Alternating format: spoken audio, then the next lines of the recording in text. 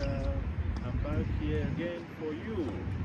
Yeah, the other day I told you the importance of bouncing tennis on the floor or on your racket. And I'm sure you have tried that at home or at the tennis court. If you have not, then you have to do that. It looks like hitting tennis on the floor is not important, but I want to let you know that it's very, very important. Because when you hit tennis on the floor, you learn how to bounce. And this will help you to learn how to concentrate, focus on the ball. And for those of you who have tried it at home or at the tennis court, you will see that you will continue to get the ball so long as you concentrate, so long as you focus on the ball, so long as you have the strength. Once you lose concentration, once you lose focus, once you lose your strength, then you begin to miss the ball. So you must have to learn that. That is very, very important. Don't think that it is not important. You see, when you were beginning, it looks too difficult. You may find it very difficult to get one or two bouncing, but the more you practice, the more you get more. You can now begin to get 10, 20, 30, 40, 50, 100, and you continue. Let me show you how to do it again. Just grip your racket, hold the ball, bounce the ball, and keep tapping on the ball. Don't try to be too fast. Just keep hitting it small, small, as time goes on.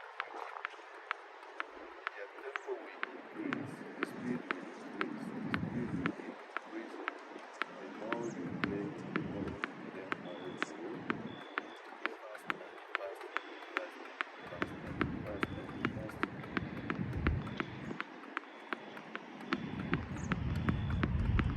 As many times as possible, keep playing.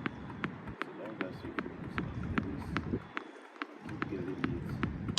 Now let me lose concentration. I missed it. Concentrate. I keep getting it. I keep getting it. I keep getting it. I keep getting it. I told you you can keep hitting like this. Like this. Whichever way that works for you. You keep trying. You keep moving. See that the more you concentrate, the more you get it. The more you practice, the more you perfect. So keep trying and keep moving. That's the first thing you can do if you want to really learn how to play tennis.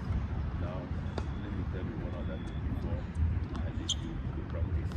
If you have not practiced how to hit, then you have to do that. If you really want to learn how to play tennis, begin from bouncing, begin from bouncing. Count one before you count two, okay? Now, next thing I want to talk about is, if you really want to play tennis, you cannot just, you have tennis posture, the way you have to stay in the tennis court before you want to play. You can't stand like this and play tennis. You must open your legs before you want to play. You can't be like this to play tennis. Now you can't do it. You must open your legs. You can't even stand. You must stoop a little bit. And you're watching your opponent. You must stoop like this. And don't flat footed, no. You must be at this. Someone who's hoping, just be ready to fly, be ready to jump from the other side. Don't stay like this. If you stay like this, if the ball comes before you get ready, you're ready. The ball will already pass you. But if you're on alert, just those who are running on your mass, set, you're ready to move. Jump, you run. So, on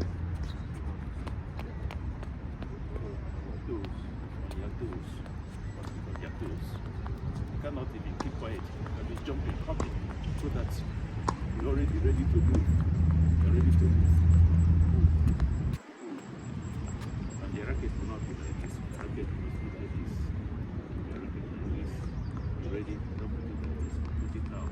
So that you can move. You can move.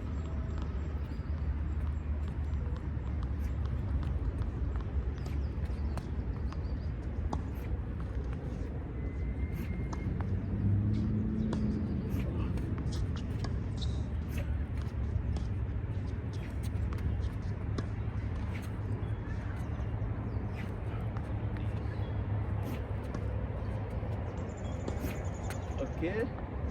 Just practice. Not like this. Like this. Not flat footed. Like this. Like this. Good. Good. That's okay. Alright, see you next time.